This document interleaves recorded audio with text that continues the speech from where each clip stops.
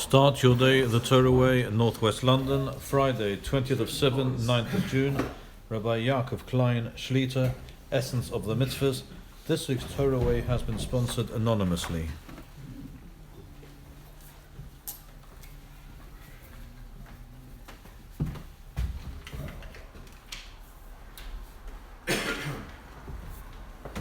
Okay, Shalom and Bracha and our Shabbos to all. It's a privilege to be back here always to learn with this esteemed group of Yidden that are beginning their day the Torah way, with the Torah.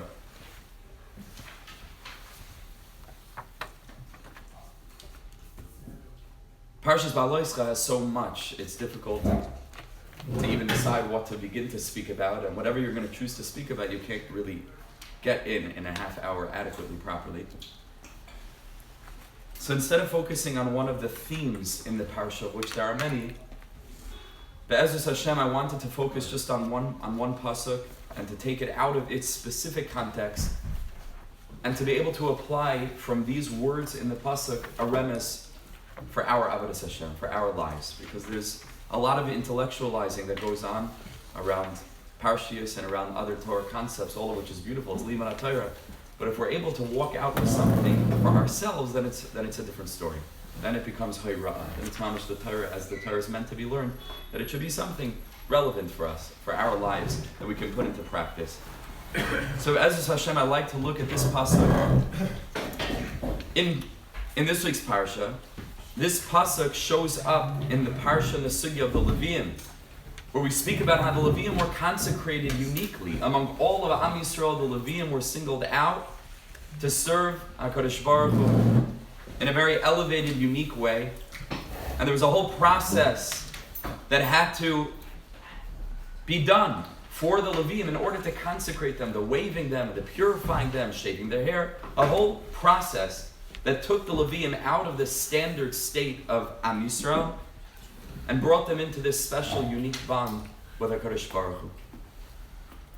And the Berditchov Rav, who we're going to learn from today, as is Hashem, or Levi, Yitzchak ben Sarasasha, Schusi Agan Aleinu, sees in this parsha b'chlal, but in this particular pasuk that we're going to read now, a fundamental lesson that relates to every single aspect of our avodas Hashem, all of our mitzvahs, all of our Torah, our tefillah, dealing with the question of what is it that HaKadosh Baruch Hu wants from us, which is a pretty fundamental question to ask, to think about, to wonder about. And as Hashem, we should be able to take something from this in the way of hayra'ah, to practically shift the way that we think about things. So the pasuk tells us, Ki nisunim heima li. HaKadosh Baruch Hu says about the Leviim, they are given over. Nisunim, Lashon nasan, to give. Nisunim, they are given over heima li. To me, says Hashem, it's a printing error to say mitoich b'nei Yisrael, from amidst all of Am Yisrael, who are already heim am levadav yishkan, they are already standing apart from all the other nations, Am Yisrael v'yisem liyam segula and echanami. But among that nation, mitoich b'nei Yisrael, says the pasuk, nisunim heimali. And the obvious question over here, just reading the pasuk, is it seems to be a redundancy. We know the pasuk doesn't have an extra kutza shel yud, it doesn't have an extra letter, it certainly doesn't have an extra word that's doubled over. It's not just unnecessary, it's literally the same word. Nisunim, it should obviously just say ki nisunim heimali, and that would be enough. It says the Heilig Berditchov Rav Schusi Agan Aleinu. Levar b'pasuk alasha nisunim. Why does the pasuk say nisunim twice? Va'anera derech mashal u'melitza. He begins right out of the gate with a parable, with a story. Kasher yaviu matana l'sar echad p'chois erich. If a person wants to give a gift to an official who's a p'chois erich, who's not a high-ranking official, maybe it could be argued that all officials today are p'chois erich of one kind or another, but al kol panim, in the hierarchy of the political spectrum, there are those that are higher-ranking officials, and then there are those that are the locales. I don't know if you call it here a mayor. I don't know. So in the States, you have a local mayor. It's just of a small county. And then you have the governor, right, of a state. And then you have higher and higher ranking until the president. I don't know exactly how things work over here. But there are different ranks. And so if a person wants to go to a small town mayor somewhere in Texas, and he wants to give him a little gift, so he says, whatever you're going to give this guy, the present itself, the gift itself is going to be valuable to him. But Masha'in King Kishiyavu Matana Lasar Gadol Va'aparchis, if you go to a king, Va'aparchis Gadol, and a great conqueror, a great emperor, so Hamatana Gufa Einai Chaviv Etzlei Kla. The gift itself is not what he finds valuable. Because presumably if he wanted, he could have bought 1,000 or whatever it is that you're giving him. If he is into guitars and you buy him the best Taylor or whatever it is, a very fancy guitar, see, he could have gone to the store, he could have went on Amazon, he could have ordered a guitar for himself. The guitar itself, the gift itself, is not what he finds to be precious. So then what is precious to him? So he explains, he has so much wealth, so some kind of matana should be precious to him. So what is it that he finds valuable, says the Berditchov? What is it about this gift giving that makes him feel tov, makes him feel good? It's the fact that someone wanted to give him a gift is a whole different story. It's not the gift itself, but the very fact that someone was stirred in goodwill and an expression of desire to connect. That he went out of his way and put some thought into figuring out what would be a good gift to get this person, and then went and bought the gift and traveled to the palace and presented it. That's special. So it's not the gift, it's what the gift embodies. And that's a whole different thing. It's a whole different story. Sha'Allah b'ritzaynai, that it arose within the will of this particular person, litein loy matana, to give a gift in the first place. V'nimsas, he says, it emerges erech hachavivus shel za'asar hu lahanoisein hanasina. The thing that is impressive, or the thing that this sar values, is that the giver wanted to give, much more than what it is that the giver actually gave. Meaning to say, it's not the actual gift that he gave, but it's the fact that he was stirred to bring a gift. And he applies this mashal to HaKadosh Baruch Hu. He says the same applies for HaKadosh Baruch Hu, for the Ribbon Shalom.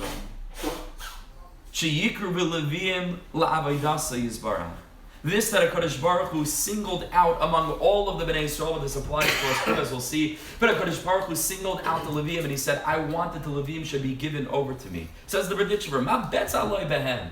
What does HaKadosh Baruch Hu need the Leviim for? And you can expand this question, not so nice to speak out, but it's true. What does HaKadosh Baruch Hu need me for? What does he need us for? The Medrash, you should know, the Sefer HaChinuch brings down. The Medrash says about Shchita. He says, you think that HaKadosh Baruch Hu makes a difference in the lashon of the Medrash if you shecht a cow by the neck or if you shecht it by the stomach? What does it make a difference? HaKadosh Baruch Hu is Ein Sof. He's not bothered. He's not affected. Ani Hashem lo nisi. It doesn't make a difference. What is it that HaKadosh Baruch Hu needs out of us? Putting on tefillin, not putting on tefillin, makes a difference that this arm should have worn a black box with a couple of leather straps. What is that to Hashem? What does it give him? He says, Ma betz aloi bohen. Halei melufana v'yichilu kol yoshvei seva v'chol sarfei mala ohim din. Allah. HaKadosh Baruch Hu has myriads and myriads, ribavais, of angels of the most elevated, lofty kind that are constantly standing be'emo v'yiro with perfect service, lasus ritzayin kainan, the chayvetz tzuram, to serve Hashem perfectly. What does he need us for? What does he need the Leviim for? Ma betz aloi bahem. Is it what we can give him?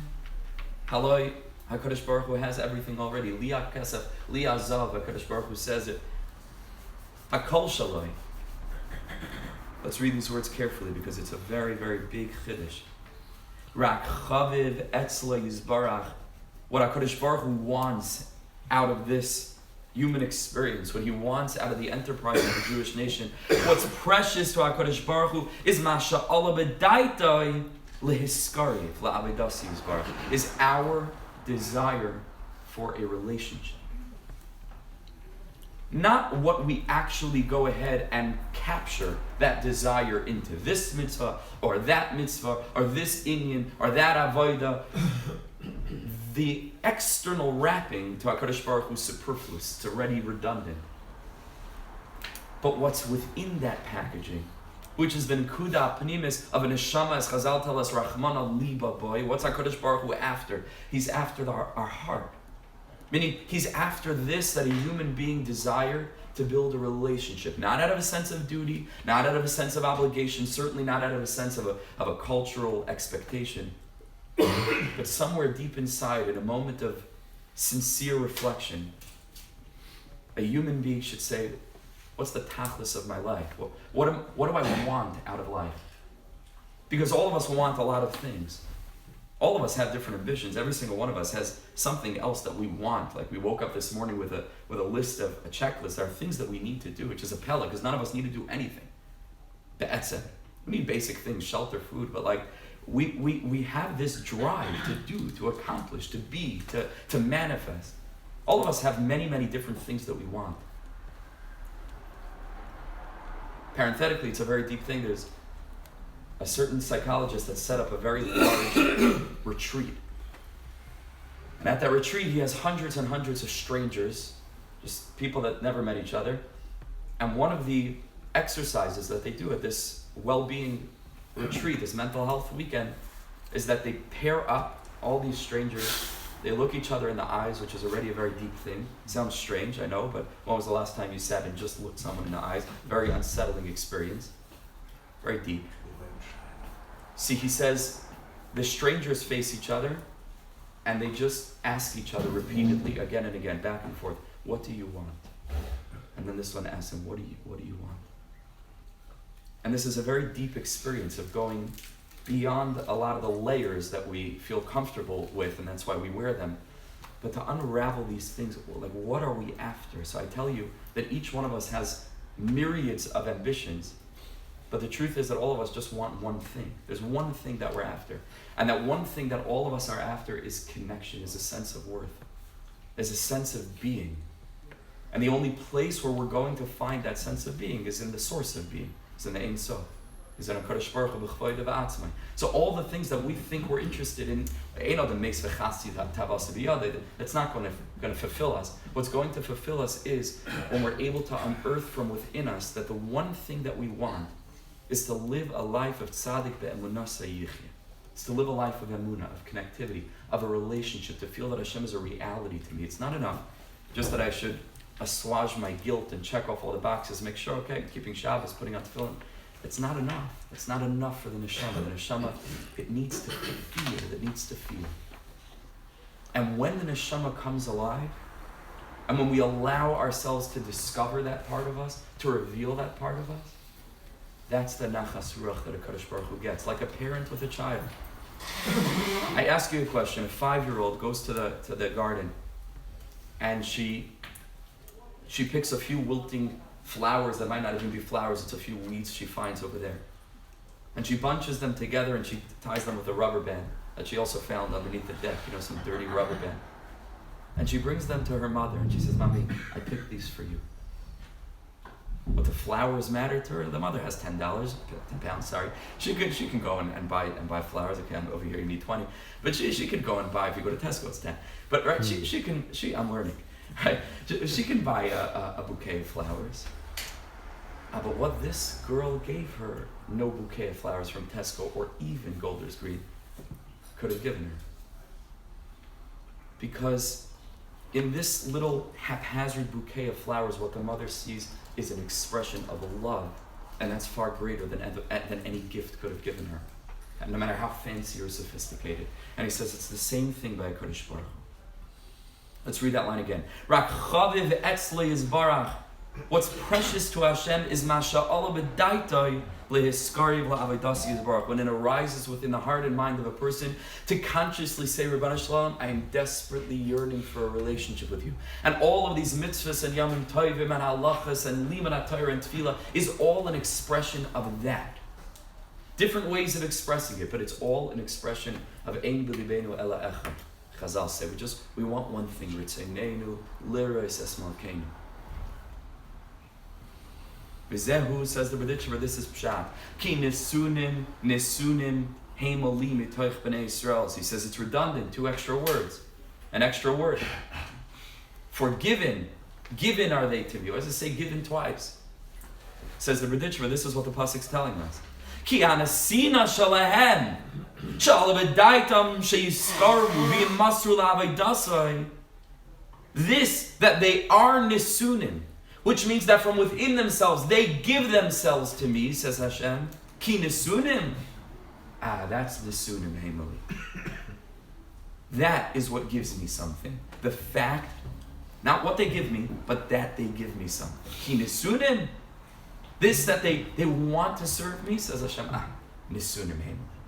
That's considered giving me something. Because they are nisunim.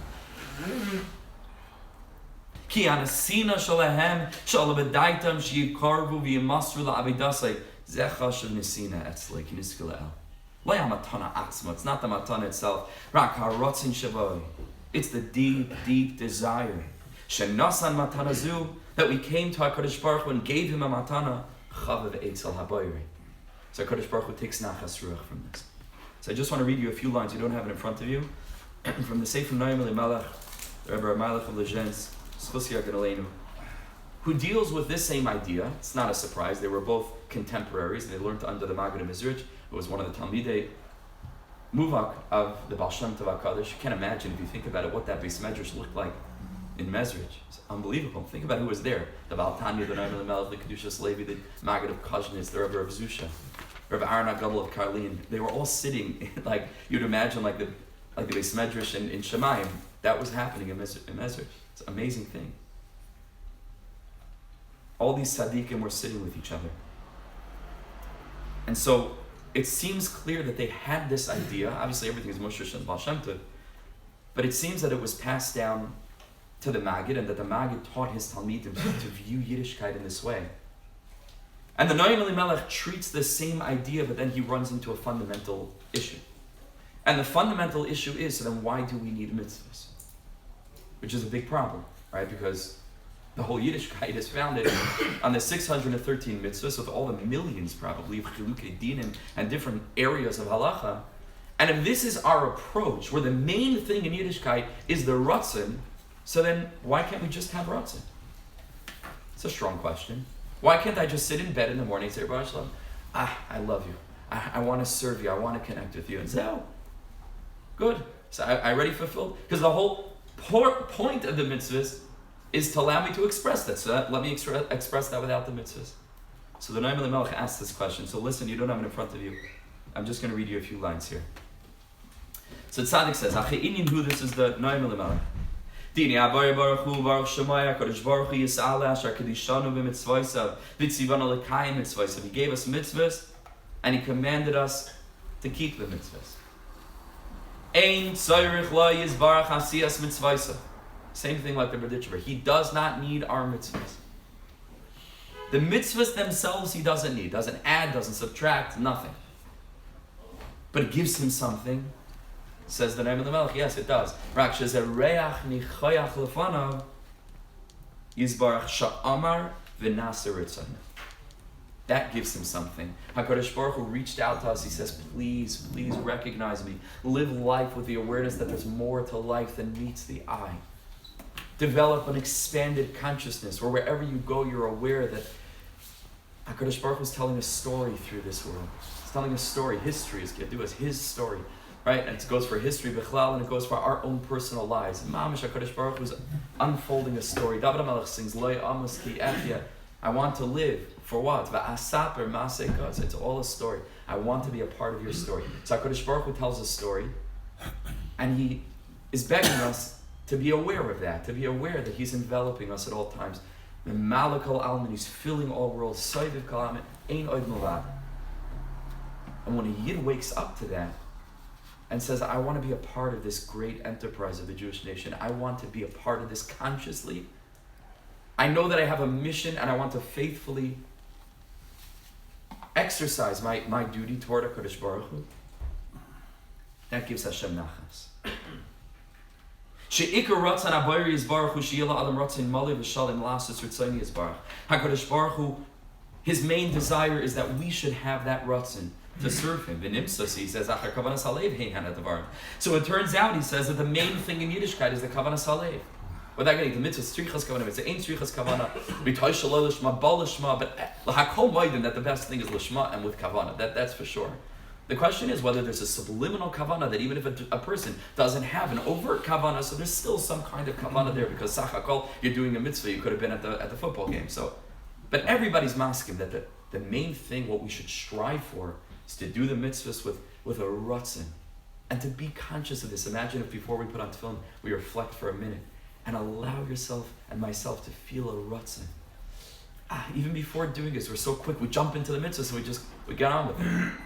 But to take a minute, you should know that the Gemara says, I'm sure you know, it's brought down in Shulchan Aruch, the Hasidim or Rishonim would take an hour before davening to do this. An hour. Before they actually started davening, they spent a whole hour sitting and preparing themselves, working up the rutzin to daven, contextualizing tefillah, what tefillah is, not just a few words I'm saying. We go, okay, check, shachris off the list, and I get to mincha, I'll do mincha when I get there. It's a whole avodah, it's a whole experience. It's a whole relationship. So he says, "V'nimtzah achar kavanas halev hein advarim im kivin liba lasas ez a mitzvah l'shma yizbarach b'ratzon mali v'shalim." And if a person has that ratzon to carry out the ratzon Hashem to do a mitzvah, chashav l'fanav yizbarach miyad ki'ilu kvar hasa. He says this is pshat that we know the Gemara tells us that if a person wanted to do a mitzvah and they were not able, HaKadosh Baruch Hu considers it done. Now this Maimer Chazal already subliminally tells us everything that we just learned for the last 25 minutes. Why? Because if you're not going in this mahalach, that the main thing in mitzvahs is kavanah, so why should it be true that if a person wanted to do something, he didn't do it, but he wanted to, so it's considered done? What do you mean it's considered done? He didn't do it. It doesn't work that way. Must be, so it's like hinted, it's enclosed within this Maimer Chazal is this concept. It must be that the main thing to HaKadosh Baruch Hu is really the wanting. See, he mamish intended to do the mitzvah, he didn't get to do it. But HaKadosh Baruch Hu already got his fix, Kiviyach. HaKadosh Baruch Hu got out of that what he wanted to do. Because HaKadosh Baruch Hu is Boichin, Levi, Suklais, and he knows that this person, if the circumstances would have aligned, this person absolutely would have fulfilled that obligation. So here he addresses the question that we hinted to. But he says it's not enough.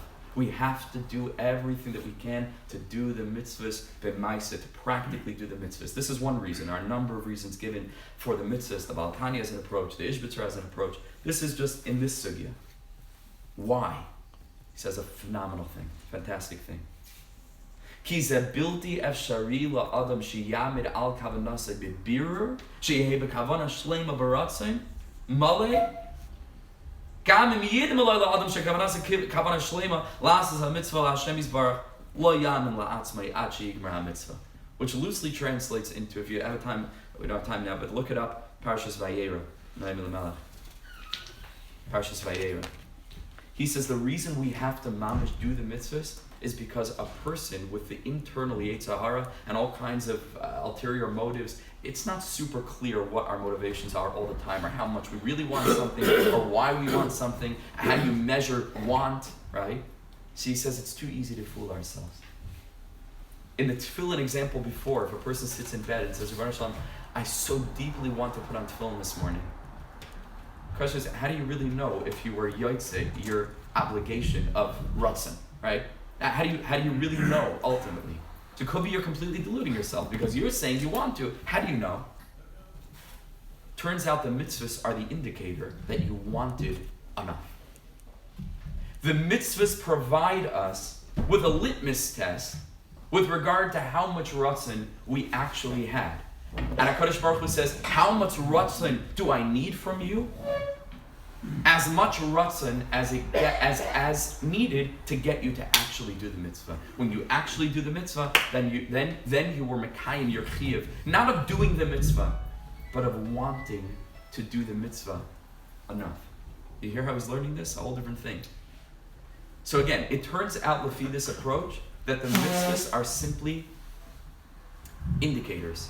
They're indicator lights, but it's not the main thing. It's not the main thing. The main thing is the kavanah and the ratzon.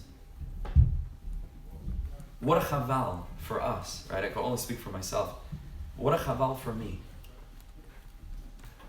If in place of seeing the kavanah as the ikr and the mitzvah itself as the wrapping, I get so wrapped up in the wrapping of the mitzvah that I completely forget that I'm supposed to have any kind of kavan or ratzin. It would mamish be a big chaval, right? Be flipping the thing on its head up, because HaKadosh Baruch Hu wants out of me not just the mitzvah itself with all the dikdukim, and I'm sure Hashem has nachas from that also, and also al pi Kabbalah, it's making all the shemaim, it's being misakin everything, it's all true. But the ikr ki'ilu, to say, if we would stand opposite Hashem and ask Him, what do you want? Look Him in the eyes, kiviyachal, which is not an idea that's foreign to Chazal. If you look in the Mefarshim about why Chilukei Deis, about Kedusha, should we look up with our eyes open, our eyes closed, but Al Kapanim, the Medrash says, Yadua, that at that moment Hashem looks us in the eyes. And so you stand neged Hashem and you ask Him, what do you want? What do you want? Kadosh Baruch Hu says, Rachmana liba. I want your lave. I want your lave. I want your heart is what I want. So we have to give HaKadosh Baruch Hu what He wants. Asay ritzaynai ki ritzayncha. What is His ratzin? Your lave. My lave. And so this is the ikr in mitzvahs. All of us now are going to wrap up. We don't have time to see the rest of the piece. It's okay. Look at it in your own time. We're going to do a lot of mitzvahs today. We've already done mitzvahs today, and I'm sure they were with mali leiv kavan, but everything could use chizik. We're going to do a lot of mitzvahs today, coming into Shabbos, Kabbalah Shabbos, all this stuff. The degree of consciousness that we have before jumping into an avodah that we think we know, we've been doing it for years, decades, and this is just what we do on a Friday evening. To stop, to take a couple of minutes, maybe even just a minute, to close our eyes and go inside and awaken from within us the ratzon maleh. I am looking for a relationship. I want to connect to something deeper. And then amidst that ratzon, then you jump into the avodah. Ein doime. What we get out of it, what Hashem gets out of it, what the world gets out of it, what Am Yisrael get out of it, ein doime. And so just leave you with just what the Berditchov says in the rest of the piece. Let's take the Kitzur Nimratz. He says that's pshat of the Mishnah and Avos. You look it up. You take the papers with you and look at it inside if you can. He says this is pshat heavy zar b'mitzvah kalika b'chamura, because you don't know shi'at yadei matim schar and shel mitzvahs. On a simple level, it means one mitzvah might have tons of schar and one mitzvah a little bit less schar, and you think that this mitzvah is going to be the big schar mitzvah and this one's going to be little. The simple pshat, you don't know the matim schar and shel mitzvahs, but the Berditchov learns deeper. He says mitzvah is the ikr thing that Hashem wants to get out of it, which is tzavsa, which means in Aramaic connection. The fact that Hashem commanded, you listen. See, he says memela, we have to be careful with a big gift, with a small gift, a big mitzvah, a small mitzvah. To Hashem, it's all the same. Because we're not always aware of the fact that the schar of all the mitzvahs is equal, in the sense that all of them give Hashem what Hashem wants. Even though one mitzvah is a big mitzvah, so it's a big gift. One mitzvah is a small mitzvah, it's a small gift. But to the big emperor, we said, the gift doesn't matter. It's what the gift represents. And so echad amarbe ve'echad amamit, it's the same Amar Chazal. Ubelvad she'yechavi libo la'shamayim. And if we have that kavanah salev, it makes no difference. A big gift, a smaller gift, HaKadosh Baruch Hu got his kiviyachal, his fix, what his ratzon is to be in a relationship with us. Rachmana liba bay, shebezaycha, to engage in all the mitzvahs, but shleimusam, with this kavanah, and aleiv shalim Be'ezus Hashem. It's awake to the relationship that Hashem is desperate to have with each and every one of us. Be'ezus Hashem, good Shabbos, good Shabbos.